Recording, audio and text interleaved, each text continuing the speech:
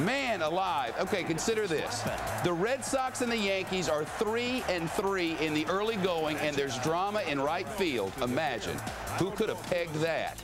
They knew it in Skinnerville, and Jane's in with that, plus your bottom of the hour headlines coming next.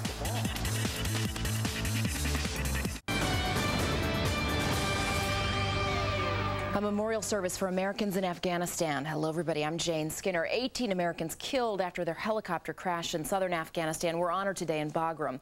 200 soldiers attended the ceremony held at Afghanistan's main U.S. military base. The U.S. national anthem was played in tribute. That April 6th crash killed 15 soldiers and 3 civilian contractors. Heavy gunfire broke out between Russian forces and suspected rebels in Chechnya. At least 5 suspected rebels and as many as 6 Russian soldiers were killed in this gun battle. It took place just outside the Chechen capital of Grozny. The Russian military said 2 of the suspects had portable anti-aircraft missile systems. Russia said last month that the military has lost 15 aircraft and 22 pilots in action over Chechnya since 2001. A big rig crash making quite a mess in Southern California. The truck drove off an overpass on a highway, crashed down on the railroad tracks below. Parts were smashed all over. The rig's driver was not hurt. He even walked away from that wreck. And how about this? A daycare center operator in Palm Bay, Florida has been busted. She is accused of running an escort service out of her home where she watched other people's children. Battle was videotaped there, being arrested at her home on Thursday. They say she not only ran what she called the Family Battle Daycare Center, but also a company she called Prestige Escorts. And those are your latest headlines. Time now to send you back to Shep. You can't make this stuff up. That would never happen in Skinnerville. Oh, were you all hot last night? Because you had that hot tie on. You were all fired up being back at work. And then that game, I can't even imagine. You know, we have the Yankees and the Red Sox play at 7:05 sometimes and 8:05 sometimes. Last night was an ESPN game, so they played at 7:05, which is 5 minutes into the Fox Report. So you can imagine what we're doing during the Fox Report. But the Fox Report's over. Keep that in mind. Straight to the subway, straight into the house, watch the game, and all of a sudden there's Sheffield and some fan in right field. Look at this. Watch this now. That's a 3-foot-high wall in right field, and Sheffield's going down to get it. Now watch the fan.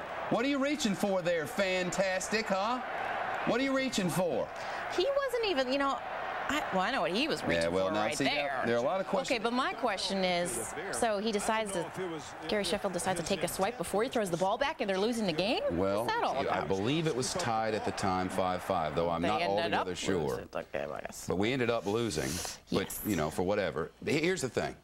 The first thing is the fan reaching down. The fan shouldn't have done that, say the Red Sox organization. Some people say you can't really tell what the fan is doing because he's not necessarily looking at the ball, he's not necessarily looking at Sheffield. You guys are making this assumption that he's going for it. Well, the Red Sox... He's not supposed to be reaching down there, right, but was he really going to hit Gary Sheffield? It's a very good question, but don't mess with Sheffield. That's a good lesson to learn. Anyway, the Red Sox organization has now commended Gary Sheffield for his conduct out there, for showing some restraint, because you could see it. He was thinking about, he was thinking that that person in the stand deserved a piece of his fist on his face, but he thought better of it, which is, thank goodness. Well, he said he was thinking of that NBA brawl, too. Who wouldn't?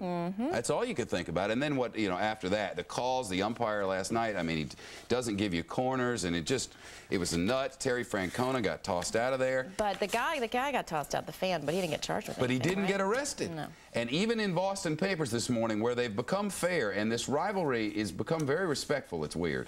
But even they're saying, you know, this fan, you know, we cannot condone activities like this, and what's going happening?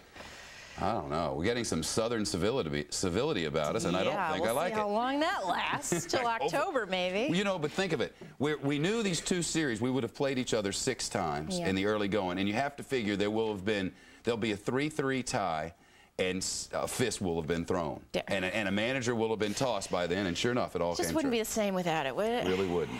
Thank goodness for baseball. Good to see you, Skinny. Bye. Have a great weekend. You too. Thanks.